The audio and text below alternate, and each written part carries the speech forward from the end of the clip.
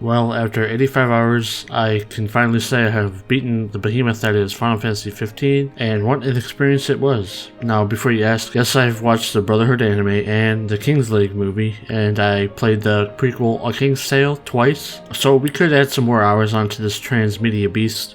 The version I played is the Royal Edition in 2020, so this has all the updates, all the DLC available, and since Final Fantasy 15 has had a very long troubled development, and fans have been clamoring for this game for years, I want to give them a primer of my personal history with this long-lasting franchise.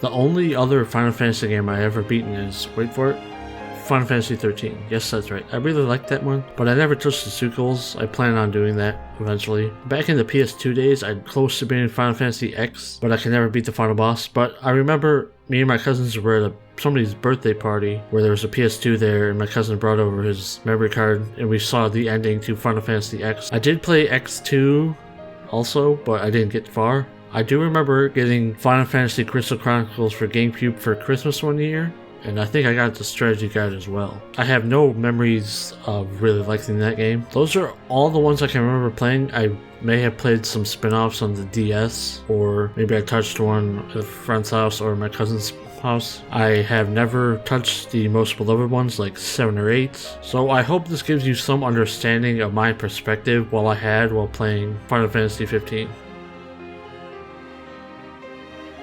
Brotherhood Final Fantasy 15 is a 5-episode miniseries that focuses on Noctis and his closest friends, revolves around the themes of friendship and brotherhood. Feels like it should be required viewing, right? You're spending upwards to hundreds of hours with these boys, so it's nice to see their backstory and how they befriended or knew Noctis. Out of the 5, Prompto's episode was the best for me because it's very relatable to me personally. Younger Prompto was overweight and introverted in middle school, but years later he found new confidence in himself when Lunafreya asked him to be Noctis' friend, which was pretty sweet. Honestly, you can skip this and not miss out on much of the story. If you had to watch one, I would highly recommend Prompto's episode, Dogged Runner. Now, I think this is going to be controversial, but I really enjoyed the Kingsglaive movie. I watched it after playing Chapter 1 of the main game, so I think I had that in the right order. Now, this is pretty much mandatory to get the backstory of the whole plot, and it's an enjoyable dumb action movie. I'm a sucker for those. It's one of the best looking CGI movies I've ever seen. The movie focuses on the attack on Insomnia and how Lunafreya got the ring out of the city. That seems pretty important, right? Sure, there are a few glimpses here and there that were added or were in the game already that are shown in the game through cutscenes, but I really think they should have put more of the plot in the main game in the beginning. This movie had great action scenes, just teleporting around with swords, throwing swords so you can teleport to it, and the magic. It's pretty fantastic. It honestly wanted me, when I was watching this movie, it honestly made me want to keep playing the game. So I think for me, this movie did its job at what it was trying to sell. If you have 2 hours to kill and love dumb action movies and want great looking CGI, I recommend watching Kingsglaive. Like I said earlier, I played A King's Tales twice, once on PS4 and back in 2017, but again on Xbox just a few weeks ago after I beat the main game. The story is King Regis telling an embellished bedtime story that may or may not have happened to Noctis. It's about an attack and a stolen crystal. It has basic beat 'em up combat, special attacks with our comrades. Sid is in there, and I think some others that are in the main game, I can't remember. And I actually enjoyed the magic in this game better than the main game. Powerful, there's no friendly fire. You can easily skip this game though. Since the Pocket Edition was just an abridged version of the game, I didn't think I really needed to play it. Now that we have all the other parts of Final Fantasy 15 out of the way, let's finally talk about the main game. It's amazing.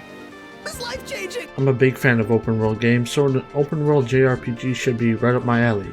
This game is framed around being a road trip with the boys. It excels at that, driving on the open road all over the world with the day and night cycle. At first, nighttime is incredibly annoying because Ignis will not let you drive, or he won't drive because Noctis is too weak and demons pop up on the road at night, but eventually you'll level up, so this won't be a problem anymore. For me, it was around level 45. I found myself just waiting around for night to pass because I was waiting on banking my XP, but we'll talk about that in a later section.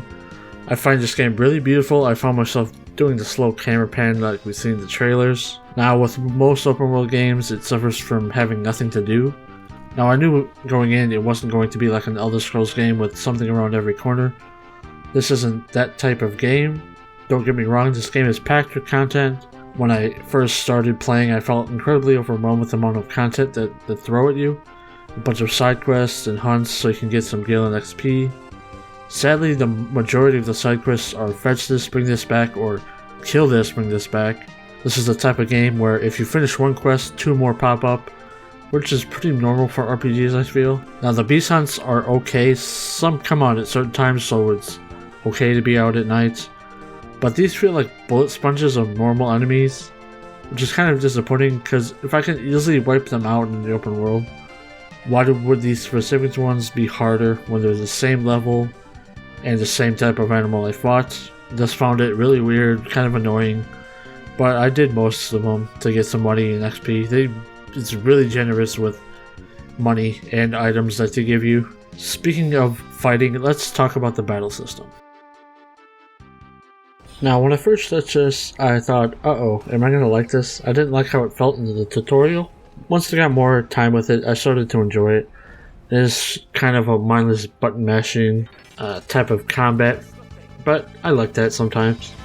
The Warp Strike Noctis can do is pretty awesome. I use it a lot, and the air combos you can do are cool as hell. The boys can do some special attacks, which are useful and pretty powerful, but sometimes the others are sort of a waste. I don't know why they're there, but I know why they're there because they wanted more playstyles you could use.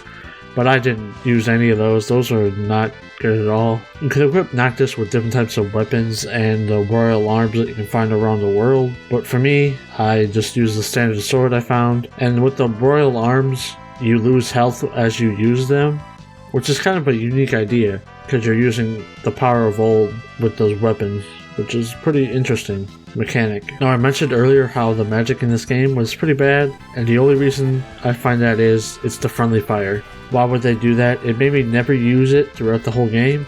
Ignis can get a magic attack that uses magic, which is pretty nice because I can't get hit by that. Now, there is summons in this game. Some come from the story, some just come from side content. They're very ridiculous, again, how over the top they are, and I love them. It's pretty awesome. But I don't really understand the conditions of how the summons work.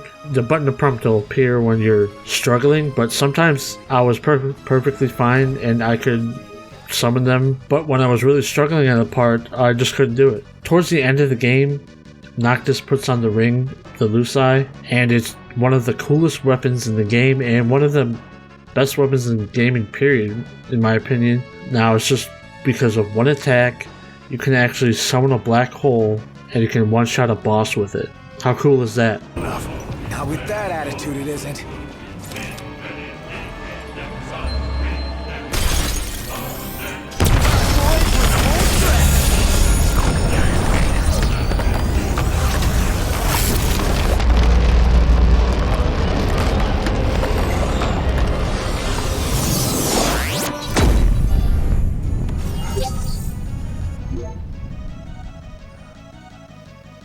With this system, you can easily brute force your way through any battle because of the overabundance of items you collect and buy throughout the world. If you've been doing a bunch of side quests and hunts, you'll be overflowing with money and appealing items. Sure, you can limit yourself to use no items in battle, but that's no fun. And before you ask, yes, I played this on normal, and yes, I beat the 2 super bosses to me. Side rant, what was up with that Metal Omega fight? Sure, I was on the level by 30, but wow, what a bullet sponge. It took me 3 tries, 2 tries I got glitched out because the infinite falling glitch where you get hit in the air and Noctis will just die. But it took me like 2 hours, I think, or 2 or 3 hours to beat the whole boss. It was ridiculous. I like it when your character is overpowered and can take a beating in games. That's just how I like to play them. When you finish fights, you get XP, but it doesn't add up to your level until you sleep at a camp or an outpost. And higher quality place you stay at, the better the multiplayer. So I love this idea of banking XP and cashing it in for a 2x bonus. I thought this was really interesting. It made you have the risk reward of, do I want to stay out or do I just want to bank this in now? Each time you level up, the amount of XP you need goes up as well, so it's like, do I want to take this now or do I keep going further and further? But I really like this idea. Big number go up. That's the best thing.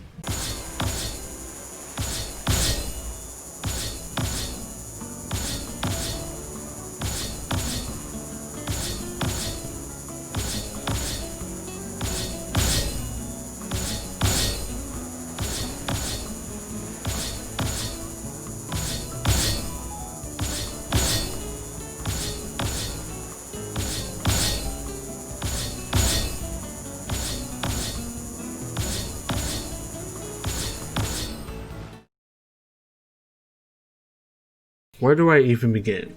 A road trip, a wedding, reclaiming a kingdom, kings and princes, gods and oracles, talk about a confusing mess, add in all the transmedia stuff that they did, but it is Final Fantasy after all. Now overall, I like the story, but man was it nonsense. Starting off, it was about a road trip to Altissia, so Noctis can get married to Lunafreya, because there was supposed to be like a peace treaty type of deal between Niflheim and Insomnia. But wait, once Noctis left, Insomnia got attacked, his father, King Regis, is murdered, and the crystal that keeps the darkness away and powers all the city and all the king's magic has been stolen, and Lunafreya and Noctis were pronounced dead.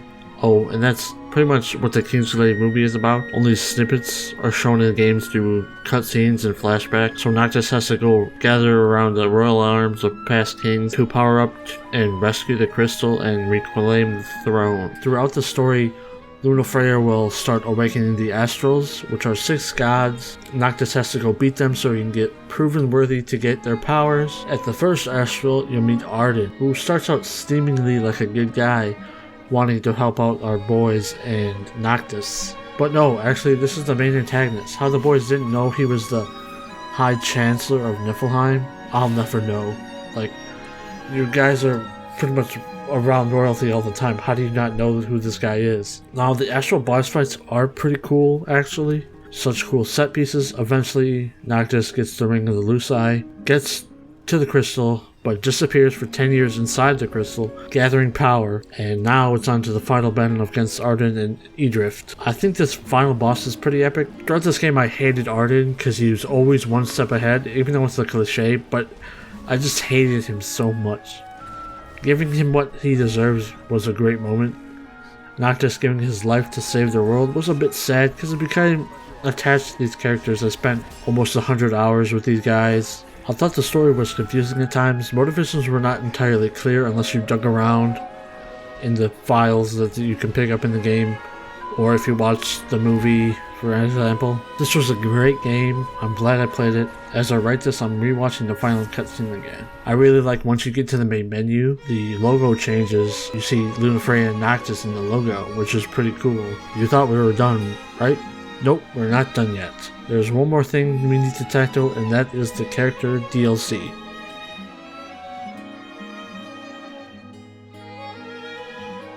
What a waste of time. That's it.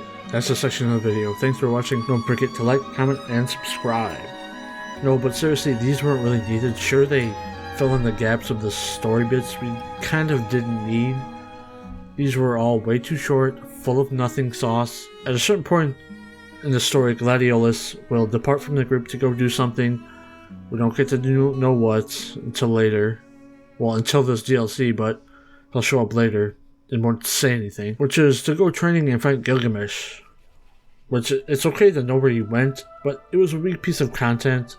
Sure, Kor was with him, but it just seems sort of nothing. It's like he did his own training. I don't think this was needed.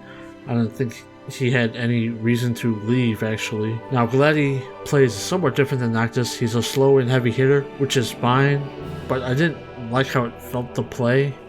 It sort of felt like a Dark Souls light kind of thing. I know people hate these comparisons, but That's the most I can do it, like that slow, deliberate combat. And the fights, the boss fights in this were so annoying because it's a small boss arena. It's hard to dodge and lock on. The camera doesn't cooperate correctly sometimes in these small arenas. I did finish it, and I did the optional score attack, which are pretty much complete parry fests.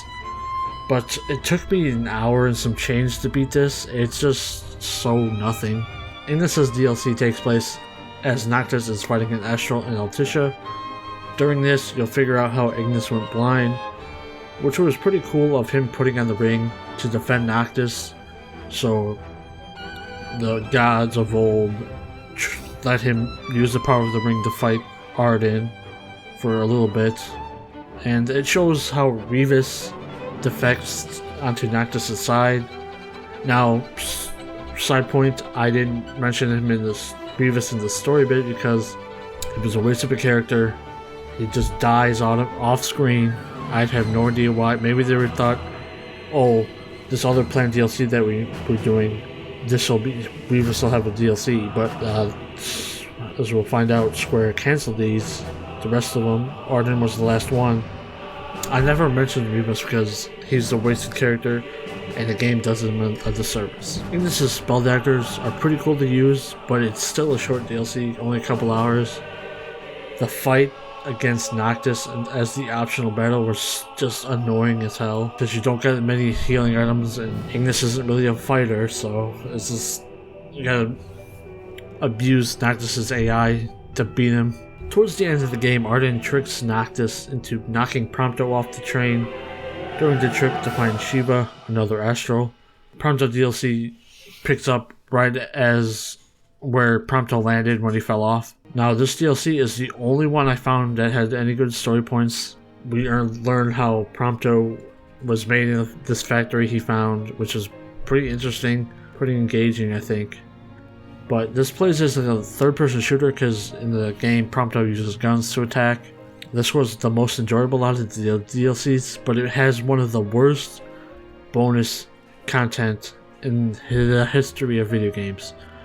The bonus time trials are just complete garbage. The controls are awful. The physics seem to change when you're in third person or go to first person, and during these time trials, when you go off a jump, you like lose all control. It's not normal at all. These driving controls are terrible. I did it. I did the 3-star every single one, so I'm finally can say I'm done with this. Now, Ardyn's DLC actually takes place before the game, and it's still a bunch of nothing. You play as Ardyn attacking Insomnia with a drift, trying to kill King Regis.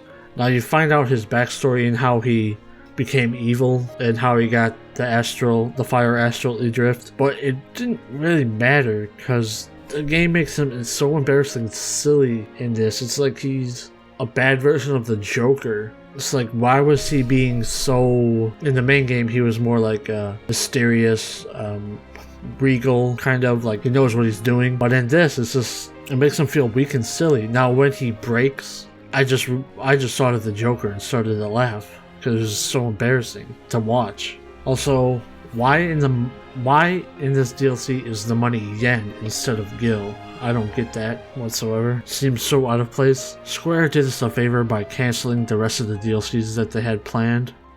Final Fantasy 15 marks the second game I've beaten in this franchise. Maybe that's why I like it so much compared to some other people. I do have my gripes with the game. I wish it had more story in the game itself, sort of like Destiny, how they had the Grimoire cards that were on a website, not in-game. But I'm really glad I sunk my time into this game. I hope to go back and play more games in this series soon. I hope you enjoyed me ramble about this game, and I hope to see you in the next one. If you enjoyed the video, don't forget to like, comment, subscribe, and I'll see you in the next video.